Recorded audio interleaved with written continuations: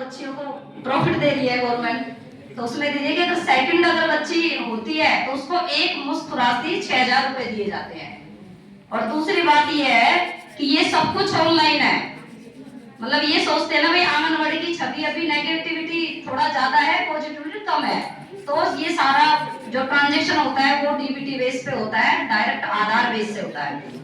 तो 3,000 और 5,000 और 6,000 11,000 रुपए तो सहायता राशि हम दे रहे हैं महिला बाल विकास।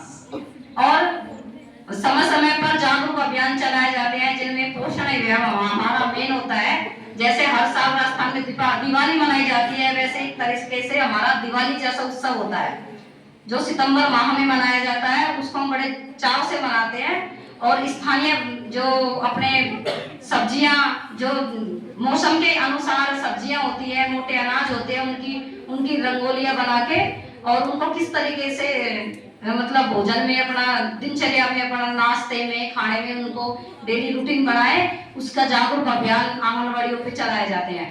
गोद भराई की रस्म भी आंगनबाड़ियों पे की जाती है ताकि अगर माँ को ऐसा मतलब महसूस ना हो क्योंकि वो कि माँ बनने जा रही है, तो माँ को तो गुरुजी ने भी अपन से बड़ा दर्जा दिया है कि माँ भगवान से भी ऊंचा दर्जा माँ का है। तो माँ को ऐसे फीलिंग ना हो, ऐसे उसके अनुभव हो, उसको अंदर से ऐसी खुशी हो कि नाराजगी नाम की कोई चीज ना हो, उसको मतलब उत्तेजना उसके अंदर इतनी हो कि वो अपना मतलब जो 9 महीने का गर्भकाल है उसको भी एक त्योहार की तरह मनाए। तो उसको समय समय पे आंगनबाड़ी पे गोद भराई की जाती है जिसमें मोटिवेट करते हैं। तो मैं सोचती हूँ कि कम से कम इतनी बच्चियां हैं और उनके घर में अगर कोई भाभी है या कोई उनकी चाची है और वो इस स्टेज से गुजरते तो चला मतलब अपन खुद अपनी सकारात्मक पहल खुद करें कि मेरी गोद भराई होनी चाहिए।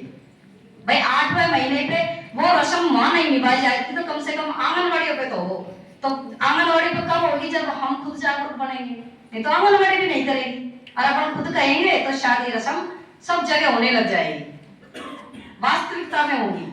तो मेरा यही है कि जो गर्भवती का जो 9 महीने का वो होता है तो वो त्योहार की तरह हर दिन एक त्योहार होना चाहिए उसके लिए। और अपन को एक सकारात्मक तब जाके अपना जो ये मातृ मृत्यु दर और शिशु मृत्यु दर का जो लक्ष्य है वो शायद तब पूरा होगा, ना कि विभागीय योजनाओं से पूरा होगा। जब हर एक महिला, हर एक बच्ची, हर एक औरत के अंदर ये जज्बा होगा कि मेरा बच्चा स्वस्थ होना चाहिए, तब जाके ये पूरा होगा। तो मेरे सबसे ये है कि आप बच्चियां हैं, माँ जो लेडीज है वो तो रत्नों की खान है। गुरुजी ने भी कहा कि रतन है, क्योंकि आप ही तो ऐसे जो कल का भविष्य है, जो आप उसकी जननी आप ही हो। तो अपने को कम नहीं आके महिला में तो महिला ही पुरुष को जन्म देती है। तो मैं कहती हूँ कि अंदर से ऐसी खुशी होनी चाहिए कि हम महिलाएं हैं, हमारा जन्म महिला में हुआ है कि जो पुरुषों से तो कुछ बहुत कुछ अपन को अलग दिया है भगवान ने, क्योंकि सहने की शक्ति महिलाओं में ज्यादा है, समाने की शक्ति महिलाओं में ज्यादा है। महिलाओं को कुदरती इतना ज्ञान देते हैं कि आप अगर परवरिश बच्चों की, लड़कियों की और लड़कों में करते हो तो शायद आधी परवरिश तो इंसान बेटियों की हो ही जाती है। बेटी जब जन्म लेती है तो सब कहते हैं लक्ष्मी हुई है, लेकिन जब बेटा जब जन्म लेता है तो कोई कहता है कि नारायण हुआ है, नहीं कहते ना। तो देखो शब्दों से ही इतना है, बेटा हर बेटी को कहते हैं लक्ष्मी हुई है, लेकिन बेटे के लिए कैसे नहीं कहा जाता कि नारायण पैदा हुआ है हमारे घर। तो आपको बेटियों को तो होनी ही खुशी चाहिए, और तो परिवार की जिम्मेदारी अपने हाथ में है, अपन चाहे जैसा बना सकते हैं। तो मेरा सबसे यही कहना है कि हर चीज को, नेगेटिविटी चीज को अपन को नेगेटिव में रखना है और पॉजिटिवली सोच करते हुए अपन को आगे बढ़ना है। और दूसरी बात मेरी ये है कि बेटी क्या नहीं कर सकती, बेटी सब कुछ कर सकती है।